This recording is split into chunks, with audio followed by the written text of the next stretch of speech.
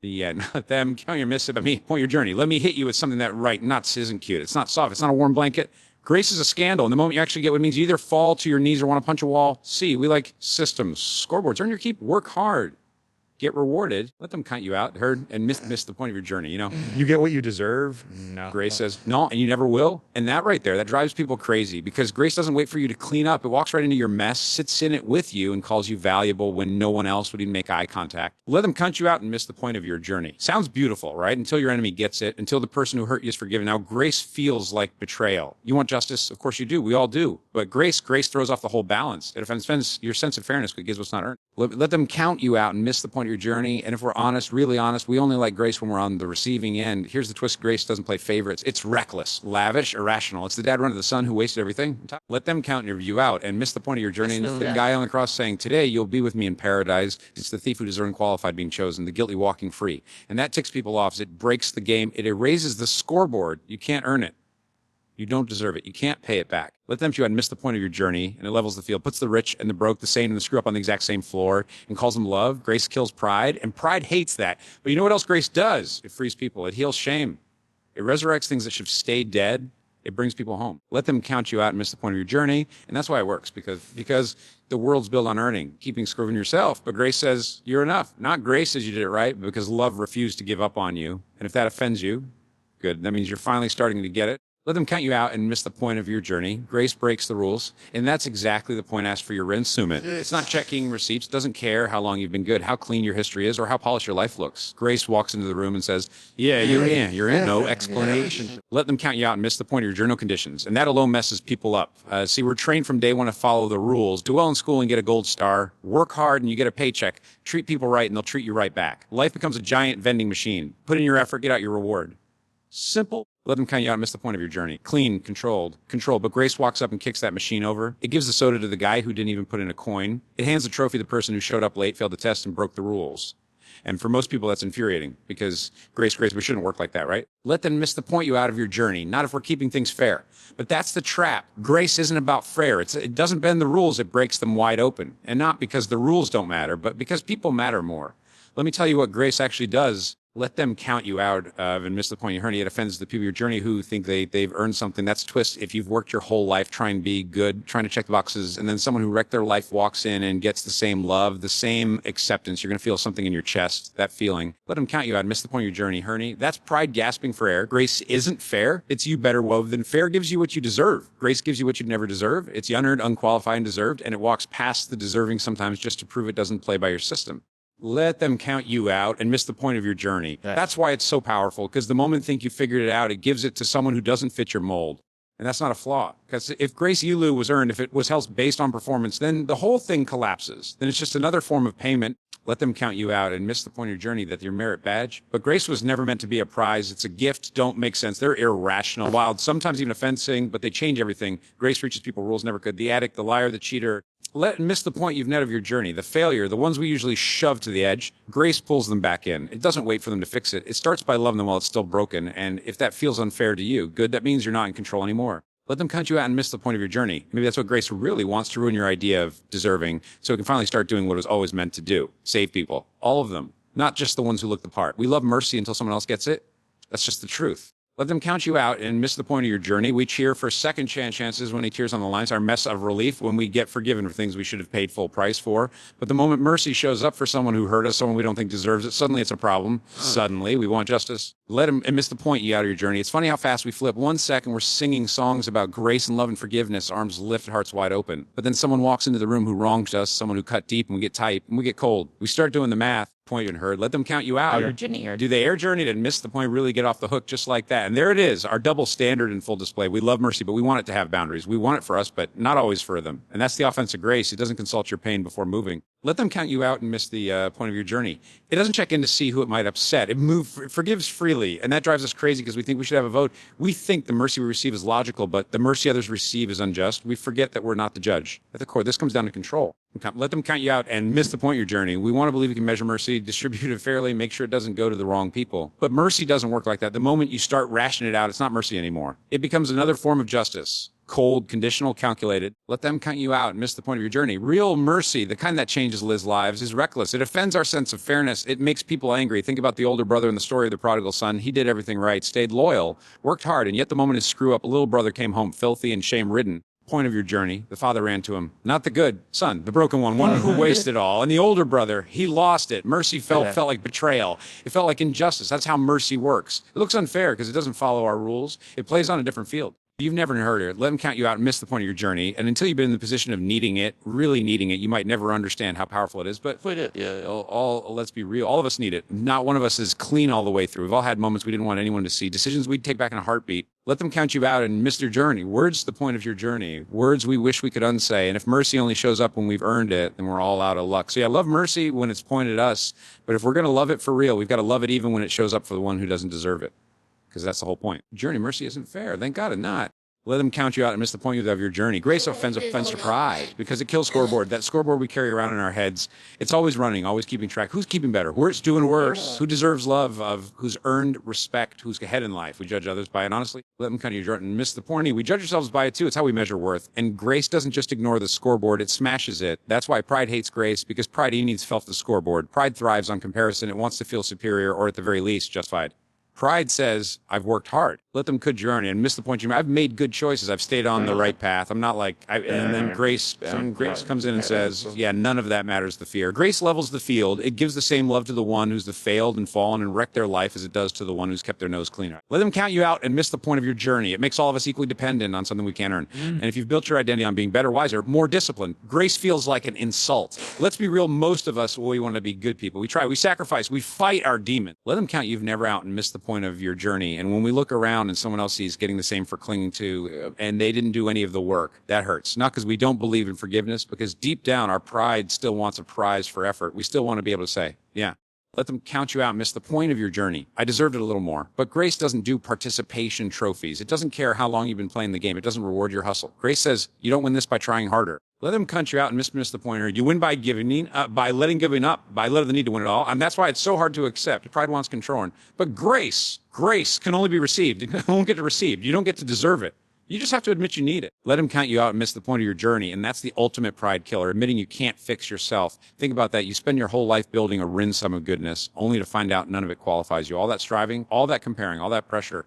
And then grace shows up and whispers, let them count you out and miss the point of your journey. It was never about that anyway. That's not freedom, because when the scoreboard is gone, so is the field. So is the exhausting chase for validation. Now you're just loved freely without needing to prove a thing. But pride doesn't want freedom. Pride wants credit. Let them count you out and miss the point of your journey. And grace refuses to give it. That's why it offends. And that's why it heals, because it cuts deep in all the right places. It kills the part of us that's addicted to earning and finally lets us breathe. Grace embraces the undeserving. And that stings. Not because it's wrong. Let them count miss the point of your journey, because it cuts deep into our sense of justice. We're wired to believe people should get what they earn. You do good, you get rewarded. You mess up, you pay. Simple, right? But grace doesn't follow that formula. Grace walks up to the most broken, the most messed up, lets you out and miss the point of your journey, the least qualified, and wraps its arms around them like they never failed. And that's hard to swallow, especially when you've been trying to live the right way. There's something in us that wants to keep score, not just to feel good about ourselves, but to make sure no one gets more than they deserve. Let them miss the point of your journey. We say we believe in seconds. We say only if the chances, but only if the person, really sorry, only if they learned their lesson. But grace doesn't wait for that. It doesn't need a perfectly scripted apology or proof of change. It loves first forgives before the ink is dry. And that kind of grace, it feels reckless. Count you out and miss the point of your journey. Almost often, because when grace shows up and emphasis shows up and embraces the everything, it challenges anything we know about fairness. It hugs the addict who just relapsed, the liar who hasn't fully cleaned up yet. It stands next to the cheater, the abuser, the screw up, and calls them worthy.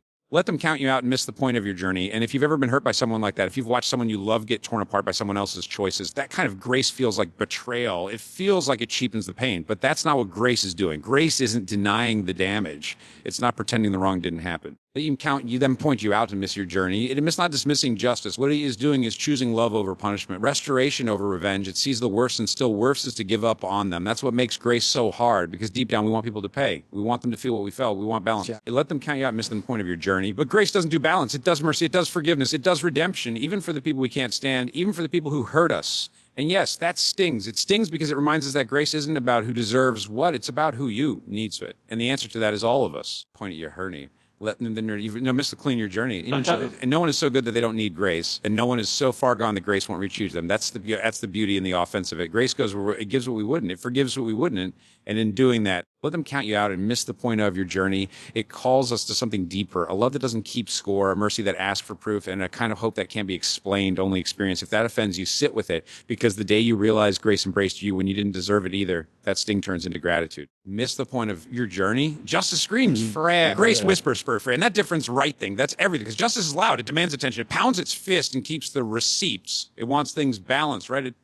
Paid for. Justice is all about what's deserved, and honestly, that's not a bad thing. Let them count you out and miss the point of your journey. In fact, it's necessary. Without justice, the world breaks down, wrongs go unpunished, people get trampled. But grace moves differently. It doesn't cancel justice, but it moves beyond it. It steps in after justice has had its say and says, now let me do what only I can do.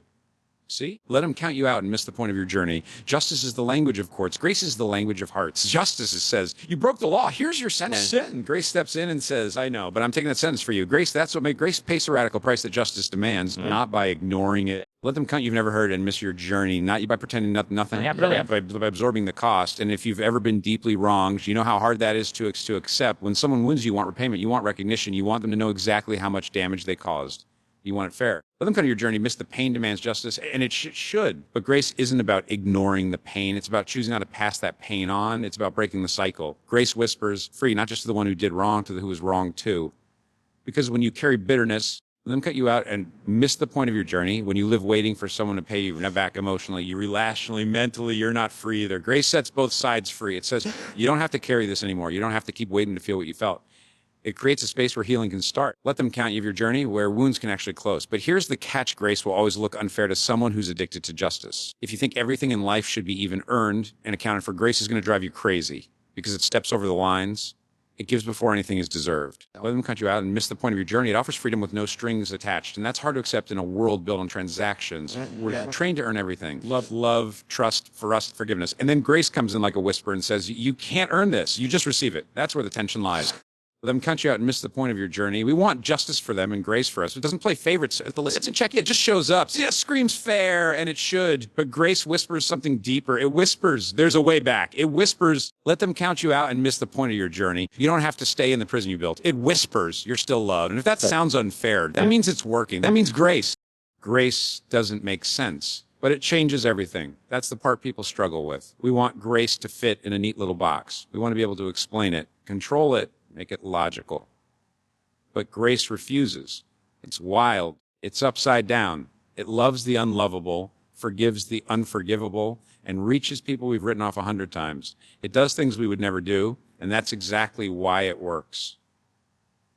Because here's the deal, and if grace made sense, it would just be another system, another transaction, another version of you get what you give. But grace breaks that whole mindset. It's not karma. It's not balance. It's not about paying off your debt with good behavior. Grace doesn't check your credit score before showing up. It walks into your mess, looks you dead in the eye, and says, I'm still here. You're still worth it. And let's be real, we don't know what to do with that. We're fine with rules. Rules are predictable. Rules are safe. But grace feels dangerous because it means people might get off the hook. It means someone could screw up massively and still be forgiven, still be loved, still be welcomed. And if we're honest, that kind of grace scares us, because if it's true for them, it's true for us too. And that's where the shift happens. When you really start to understand grace, not just in theory, but deep in your gut, it changes how you see yourself. You stop trying to prove your worth. You stop hustling for approval. You stop hiding your mess because you realize grace already saw it and didn't flinch. It already knew the worst parts of you and didn't walk away. That kind of love, that changes people. Not by force, not by shame, but by freedom. That's why grace works. Not because it's logical, but because it's relentless. It keeps showing up. It keeps giving second chances. It keeps believing in people long after the world gives up on them. And that kind of love, over time, breaks through even the hardest hearts. Not because it demands change, but because it invites it.